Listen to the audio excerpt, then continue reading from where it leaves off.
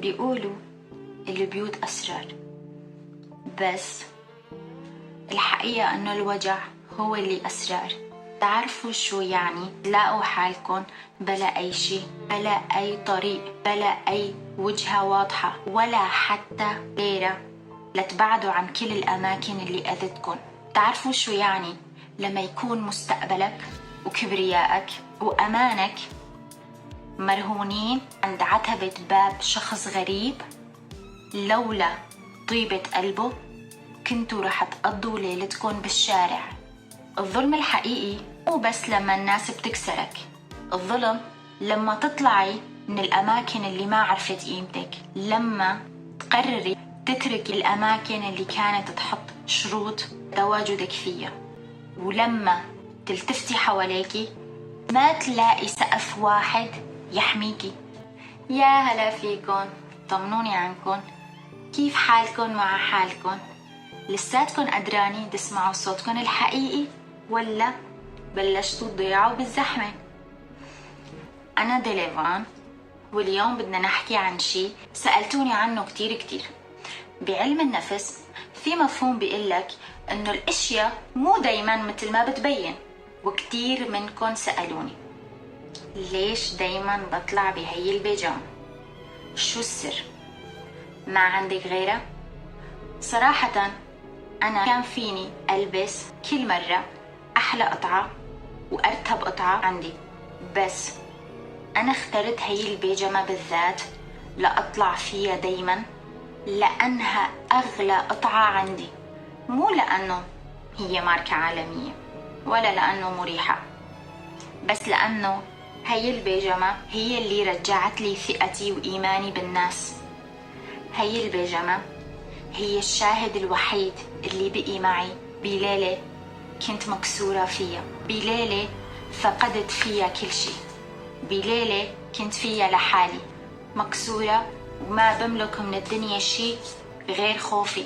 بالمظهر انتو يجوز تشوفوها تكرار ممل، بس بالعمق النفسي أنا عم ألبس الأمان بقطعة واحدة بس، بأصعب لحظة انكسار بهديك الليلة، لما الدنيا كلها دارت ظهرها، لما القراب سكروا بوابهم. بهديك الليلة كنت عم أمشي لحالي، دموعي كانت عم تتجمد على وشي من البرد والخوف والقهر. بلحظة ما توقعتها انفتح لي باب غريب تماما من ناس ما بيمتولي بأي صلة، لا دم، لا تاريخ، لا خلفية، لا اعتقاد، ولا حتى بالدين. هديك الإنسانة اللي رح تضل ملاك بذاكرتي ما كانت بتعرفني، وما كان إلها مصلحة معي، ولا كان بدها مني شي، بس كانت بتعرف إنه الإنسان أخو الإنسان. ما سألتني مين أنتي، شو قصتك، ليش أنتي هون.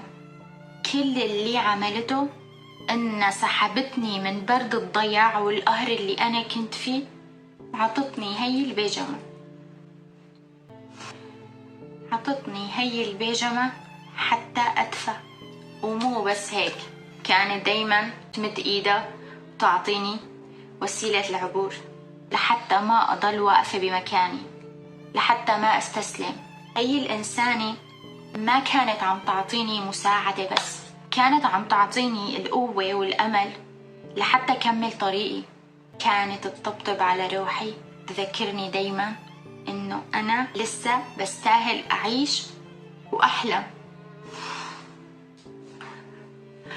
وبصراحة لما بلشت أقرأ بالأدب اكتشفت إنه وجعي وجعكم مو جديد على البشرية.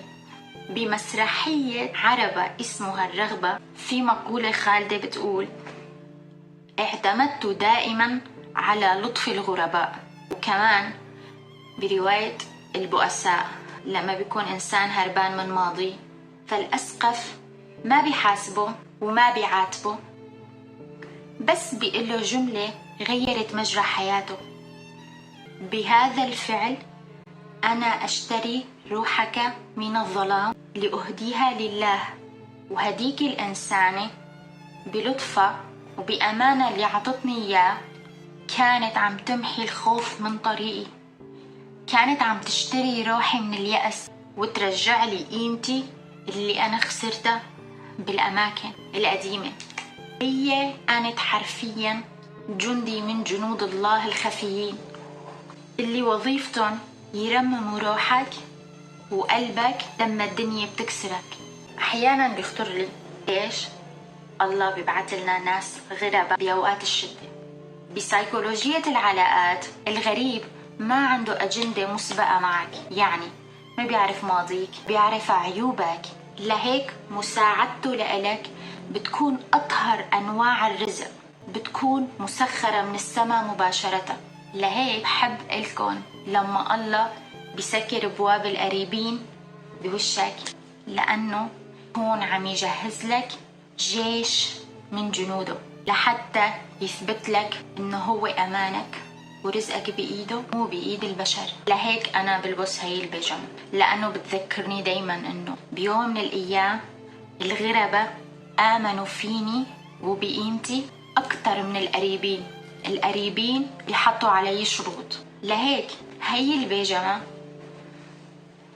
مو بس قطعة تياب، هي ميثاق وبوصلة بتذكرني من وين بلشت، إنه لولا لطف الله لطف هدول الغرباء ما كنتوا شفتوني واقفة هون قدامكم وعم أحكي. أنا مالي خبيرة ولا جاي خلصكن من مقاسيكن، لأنه أنا مجرد ناجية عم حاول رمم حالي، بس أنا محاول رد دين هذا الجبر لكل حدا فيكن حاسس إنه وحيد. هي محاولة مني لأكون هذا الغريب الطيب بحياتكم. يمكن بشي كلمة مني بشي فيديو تكون هي البيجامة الدافية أو وسيلة العبور اللي محتاجينها لتكملوا يومكم وطريقكم. آخر الشي بحب أقول الدنيا لسه بخير، مو لأنه الوجع خلص، بس لأنه جنود الله موجودين بكل مكان، ناطرين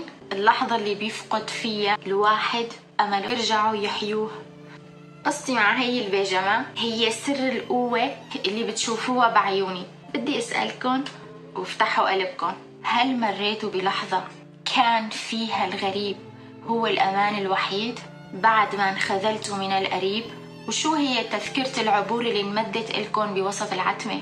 خلونا نحكي ونثبت إنه جبر الخواطر لسه عايش فينا. وهيك خلصنا